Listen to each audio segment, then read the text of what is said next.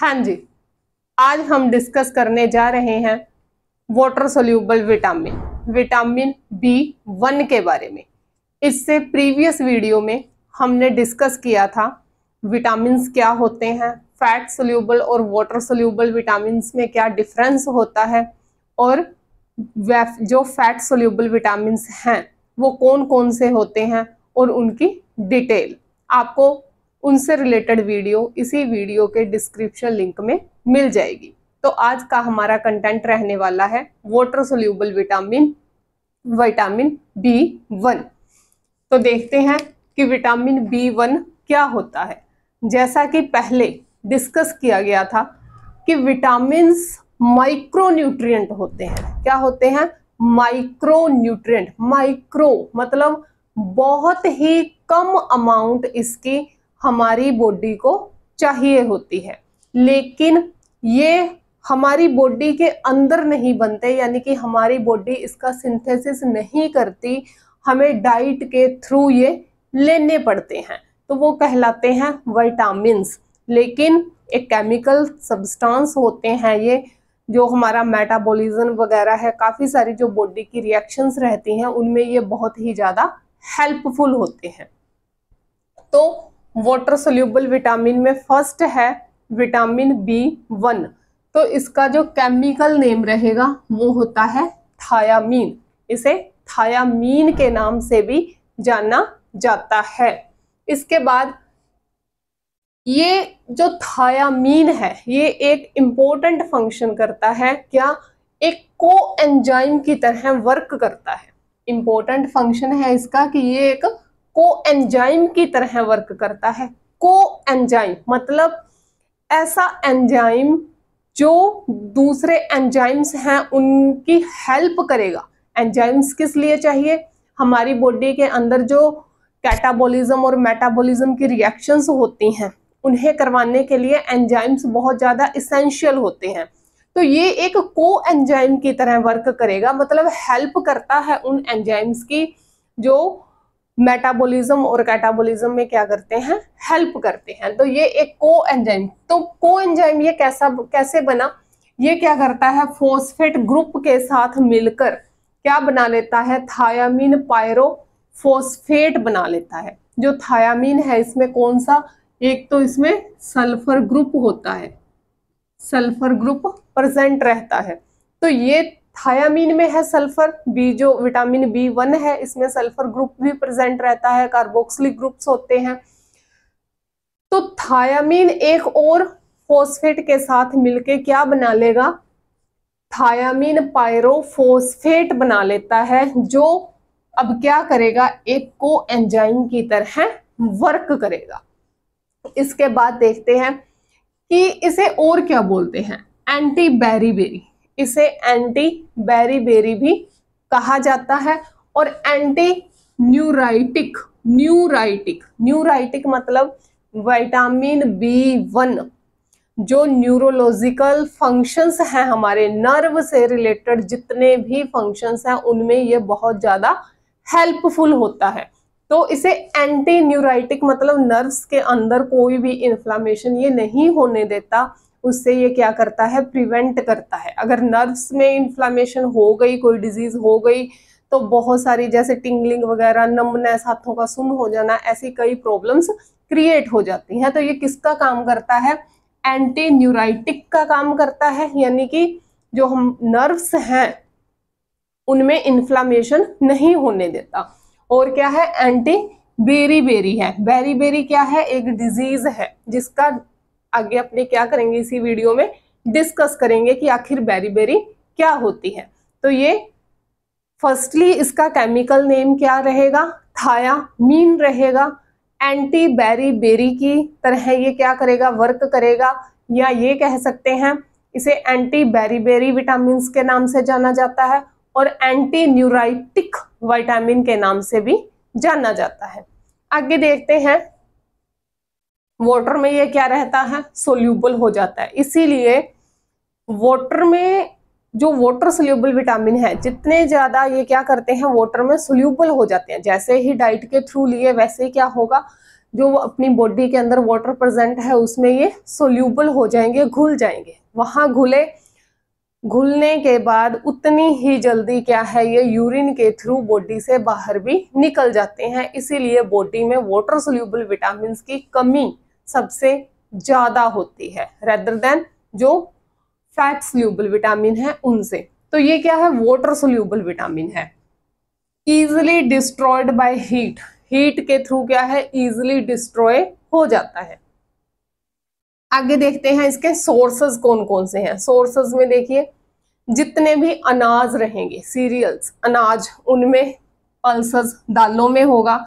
Nuts जैसे कि बादाम वगैरह, ये नट्स जितने भी काजू बादाम इनमें पाए जाएंगे।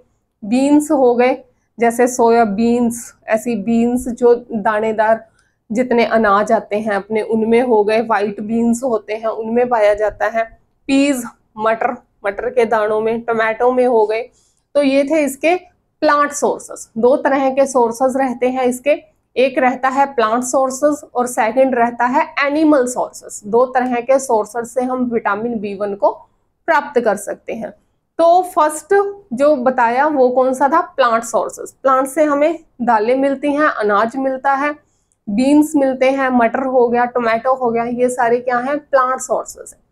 जो एनिमल सोर्सेस हैं, एनिमल सोर्सेस में बीफ और पोर्क, जो सुअर का मांस हो गया, तो इनके और बीफ, इनके मांस से और इनका जो लीवर है, किडनी है, हार्ट है, तो इन सब से मिलेगा और मिल्क से मिलेगा। तो इन सब में क्या है, विटामिन B1 पाया जाता है। तो दो तरह के सोर्सेज हैं विटामिन B1 के। फर्स्ट हो गया प्लांट सोर्सेज एंड सेकंड हो गया एनिमल सोर्सेज। इसके बाद बात करते हैं इसकी रिक्वायरमेंट की, कि बॉडी को कितनी रिक्वायरमेंट चाहिए। तो RDA मीन्स होता है रिकमेंडेड डाइटरी अलाउंस, जितनी रिकमेंडेड कर दी गई है, किसने की, जो ये WHO या इनके जो फूड के अंदर ये क्या करते हैं, मेजरमेंट लगाते हैं कि जो इन्फेंट है उसे कितनी चाहिए, चाइल्ड को कितनी चाहिए, एक हेल्दी पर्सन के अंदर कितनी कितनी रिक्वायरमेंट होनी चाहिए। तो RDA यानी कि रिकमेंडेड कर दी उन्होंने, फिक्स की हुई है। तो इन्फेंट के अंदर क्या है, 0.3 से 0.5 mg पर डे, बस ओनली 0.3 से 0.5 mg पर डे इन्फेंट के लिए। चिल्ड्रन के लिए 0.7 से 1.2 mg, और जो अडल्ट्स रहते हैं उनके लिए 1.2 से 1.5 mg। एंड जो प्रेग्नेंट लेडीज हैं या लैक्टेटिंग मदर हैं, यानी कि जो ब्रेस्ट फीडिंग करवा रही हैं, उनके लिए 1.3 से 1.5 mg पर डे। तो ये इसकी डेली रिक्वायरमेंट है, एक दिन में इतना विटामिन B1 बॉडी को मिलना चाहिए। इसके बाद आगे डिस्कस करते हैं कि इसके फंक्शन कौन कौन से हैं, कि आखिर ये वर्क क्या करता है, क्यों जरूरी है। क्योंकि ये है तो माइक्रो न्यूट्रिएंट है, तो इतना ये क्या जरूरी है, माइक्रो है तो फर्स्टली है कि एक्ट एज को एंजाइम। तो ये को एंजाइम की तरह वर्क करता है। को वर्कर होते हैं, जैसे अपने बोलते हैं को वर्कर मतलब सहयोगी, तो ये को एंजाइम है, सहयोग करता है दूसरे जो एंजाइम्स हैं उनका, किसमें, जो खाना खा लिया, जो बॉडी के अंदर चला गया, अब उसका मेटाबॉलिज्म करना है, उसे तोड़ना है, ठीक है, उसे पचाना है बॉडी में, तो उसमें क्या करेगा, ये हेल्प करेगा। सेकंड, मेंटेनेंस ऑफ एपेटाइट, यानी कि जो हमारी भूख है उसकी भी क्या है, मेंटेनेंस करके रखता है, मेंटेन करता है। मसल टोन, जो हमारी मसल्स होती हैं उनकी टोन, कि वो कब अगर विटामिन B1 की कमी हो गई तो क्या हो जाएगा, जो मसल्स हैं वो वास्ट हो जाएंगी, यानी कि खत्म होना शुरू हो जाएंगी। तो मसल टोन को क्या करता है, मेंटेन करता है। एंड जो मेंटल हेल्थ है, मेंटल हेल्थ को भी क्या करता है, ये मेंटेन करके रखता है। इसके बाद है प्रिवेंट कैटारैक्ट, जो कैटारैक्ट्स है उससे प्रिवेंट करता है। B1 है, कैटारैक्ट से कैसे प्रिवेंट करेगा, कैटारैक्ट क्या होता है, कैटारैक्ट्स होता है जैसे कि बोल देते हैं मोतिया, जो आईज है उसका जो लेंस है उसका क्या हो जाना, प्रॉपरली वाइट हो जाना, क्लाउडीनेस आ जाना, उसमें धुंधला हो जाना, जिससे क्या है पर्सन ब्लाइंड हो सकता है, अंधा हो सकता है। तो कैटारैक्ट्स में ये क्या करेगा, विटामिन B1 का काम क्या है, ये एंटी न्यूराइटिस है, ये मेटाबॉलिज्म में हेल्प करता है, यानी कि जो प्रोटीन है, आगे देखेंगे आप कि ये प्रोटीन और कार्बोहाइड्रेट्स का क्या करवाता है, मेटाबॉलिज्म करवा देता है। तो कैटारैक्ट्स क्यों होता है, कैटारैक्ट्स में क्या होता है, जो लेंस के अंदर प्रोटीन्स रहते हैं, जो लेंस में प्रोटीन होते हैं, वो प्रोटीन्स क्या है, टूटना, अपने आप टूटने शुरू हो जाते हैं और टूटकर वहीं लेंस के आगे इकट्ठे होकर क्या कर लेते हैं, क्लाउडीनेस पैदा कर देते हैं, यानी कि लेंस को धुंधला बना देते हैं। तो ये कैसे प्रिवेंट करेगा, क्योंकि ये प्रोटीन को जमा ही नहीं होने दे रहा, उसका क्या है, मेटाबॉलिज्म करवाए जा रहा है। तो नेक्स्ट देखेंगे कि ये और क्या करता है, एनर्जी का प्रोडक्शन करवाता है। इसके अलावा metabolism of amino acid and carbohydrate, वही अमीनो एसिड्स, प्रोटीन किस में टूटे, प्रोटीन टूटते हैं तो लास्ट प्रोडक्ट क्या बनता है, अमीनो एसिड बनता है। अमीनो एसिड और कार्बोहाइड्रेट दोनों का क्या करवा देगा, मेटाबॉलिज्म करवा देगा, इनका एक्यूमुलेशन होने नहीं देता, इन्हें इकट्ठा नहीं होने देता। अब प्रोटीन किस में टूटेंगे, अमीनो एसिड में टूटेंगे, इसने क्या कर दिया, अमीनो एसिड का मेटाबॉलिज्म करवा दिया। मेटाबॉलिज्म जब हो गया तो अमीनो एसिड क्या है, एक्यूमुलेट हुए ही नहीं, इकट्ठे हुए ही नहीं, जिस वजह से क्या हो गया, कैटारैक्ट से ये प्रिवेंट करवाता है। या और भी जो प्रोटीन और इनकी जो एक्यूमुलेशन से होने वाली जितनी भी प्रॉब्लम्स है उनसे क्या करवाएगा, ये प्रिवेंट करवाएगा। इसके बाद है ट्रांसमिशन ऑफ नर्व इंपल्सेस, वही एंटी न्यूराइटिस है तो क्या करेगा, ट्रांसमिशन, यानी कि हेल्प करता है। ट्रांसमिशन क्या होता है, एक जगह से दूसरे जगह पे जाना। तो नर्व्स तो खुद चल के नहीं जाएंगी, क्या करेंगी नर्व्स, जो एक फंक्शन नहीं बोल सकते, एक मैसेज लेके जाएंगी। एक मैसेज, जैसे कि हमने खाना खाया, मान लो कि हमने खाना खाया, पेट भर गया, जैसे ही पेट फुल हुआ हम खाना खाना क्यों बंद कर देते हैं, क्योंकि सेंसेशंस मिलती हैं माइंड को कि पेट भर चुका है, तो वो सेंसेशन जो मैसेज पास हुआ है माइंड तक, तो दैट इज ट्रांसमिशन। वो ट्रांसमिशन ऑफ नर्व इंपल्सेस, तो उन इंपल्सेस के थ्रू ही मैसेज जाएगा, इंपल्स जाना, तो उनके ट्रांसमिशन में ये क्या करता है, हेल्प करता है। Vitamin B1 required for acetylcholine synthesis. Acetylcholines क्या होते हैं, न्यूरोट्रांसमीटर्स होते हैं। अब जो नर्व्स जा रही हैं वो अपने आप तो जाएंगी नहीं, किसके थ्रू जाएंगी, न्यूरोट्रांसमीटर्स। वो क्या करेंगे, नर्व्स जो इंपल्सेस हैं, जो मैसेज दिया गया है उसे कहाँ तक पहुंचाएंगे, ब्रेन तक पहुंचाएंगे। तो इनका अगर सिंथेसिस ही नहीं होगा तो क्या इंपल्सेस जाएंगी, नहीं जाएंगी। तो इनके सिंथेसिस के लिए कौन जरूरी है, विटामिन B1 जरूरी है।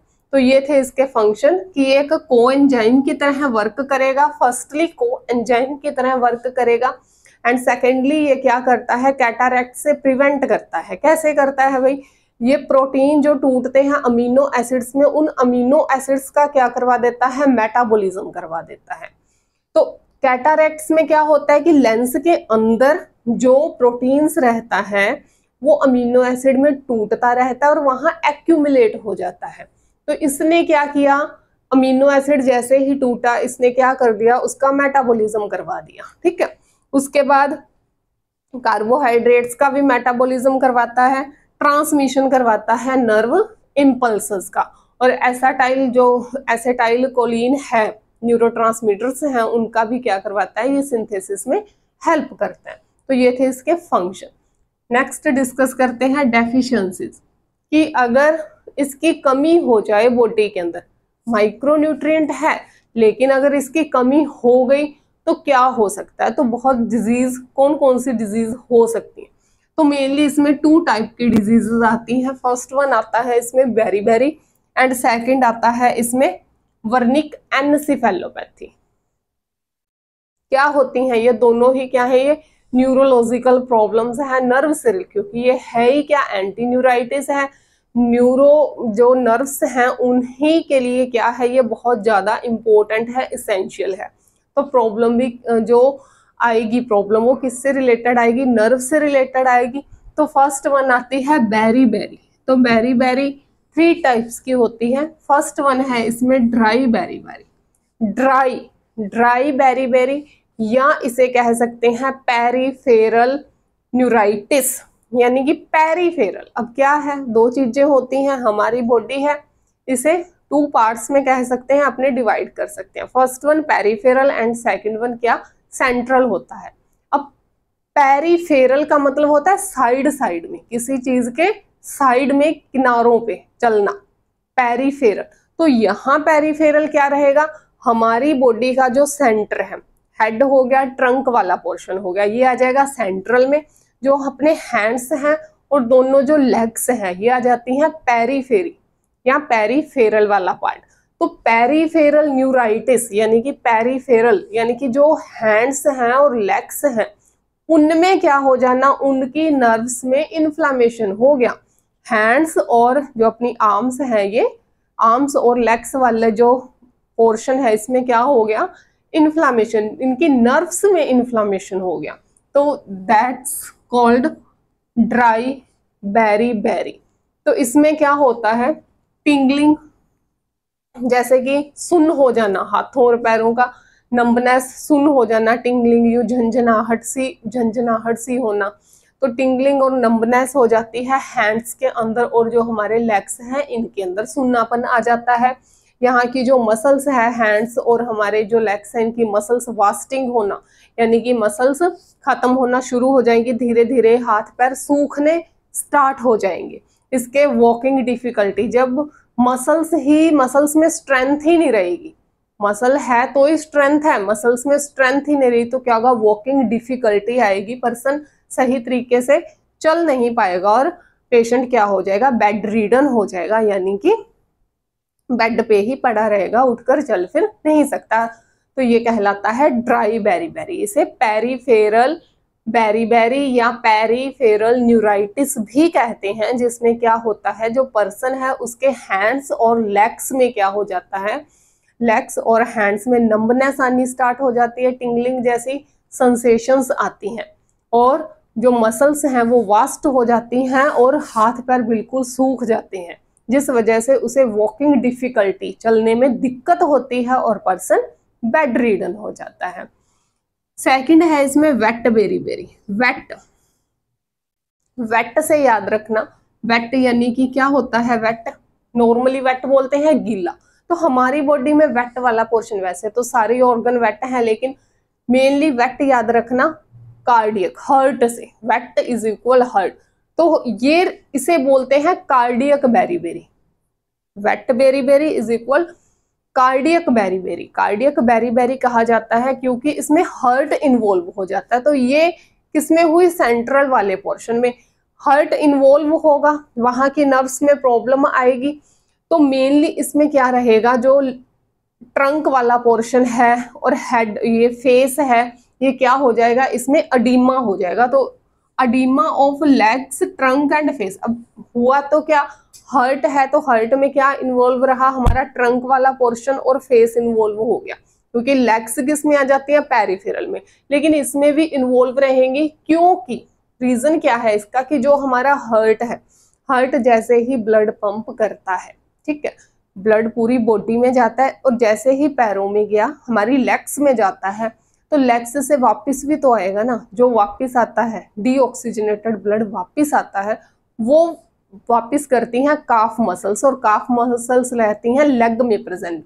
तो इसी वजह से अडीमा ऑफ लेग्स, क्योंकि लेग्स किससे रिलेट कर रही हैं, हर्ट से।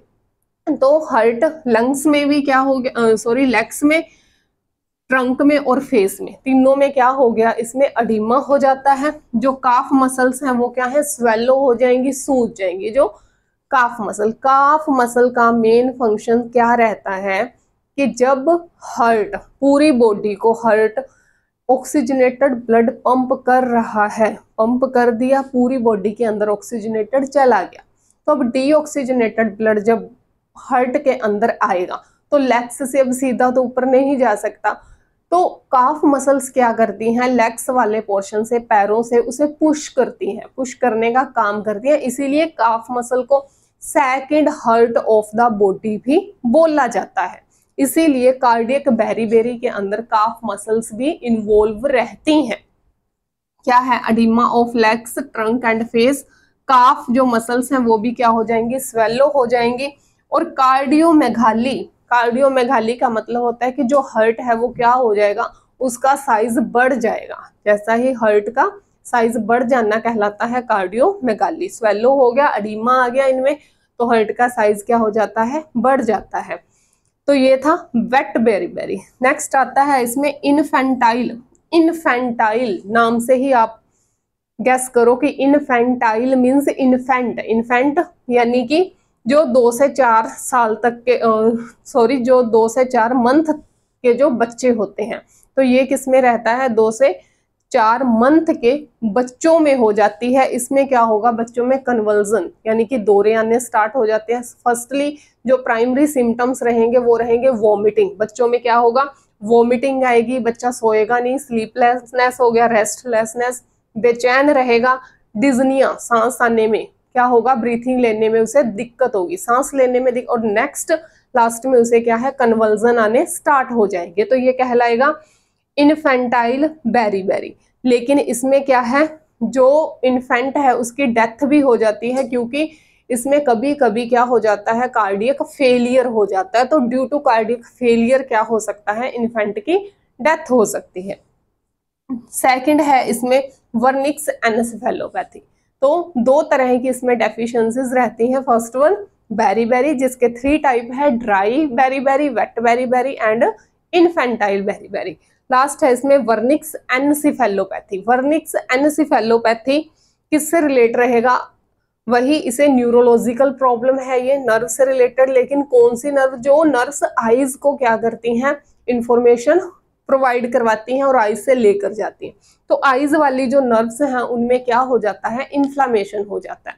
तो इसमें क्या आ जाएगा? एक तो ऑप्थेल्मोप्लेजिया हो गया और निस्टैग्मस हो गया।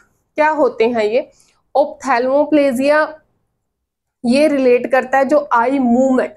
प्लेजिया मतलब पैरालाइसिस, जो आई की मसल्स हैं उनमें क्या हो जाना? पैरालाइसिस हो जाना। पैरालाइसिस हो गया मसल्स में, तो वो उनका कंट्रोल ही नहीं रहे, उसे पता ही नहीं चलेगा कि आई किस तरफ अपनों को क्या करना है? मूव करना है। वो होता है कि पर्सन देखेगा कहीं और दिखेगा, आई की जो मूवमेंट रहेगी वो किसी और साइड होगी। तो ऑप्थेल्मोप्लेजिया। और नेक्स्ट है निस्टैग्मस। निस्टैग्मस में क्या होता है कि नॉर्मली पर्सन अगर स्ट्रेट है तो उसकी जो आई बॉल है, सेंटर में लेंस है, वो भी सीधा होगा। अगर अपने लेफ्ट साइड देख रहे हैं तो क्या होगा? जो हमारी अंदर लेंस है वो किस तरफ मूव करेगा? Left side. लेकिन निस्टैग्मस में क्या होगा? पर्सन का जो लेंस है अगर सेंटर अपने लेफ्ट में कर रहे हैं तो नहीं होगा, वो दूसरी साइड में क्या हो जाएगा? मूव हो जाएगा। तो इसमें क्या होगा? जो पर्सन की आई की मसल्स हैं उन पे कंट्रोल ही नहीं रहता।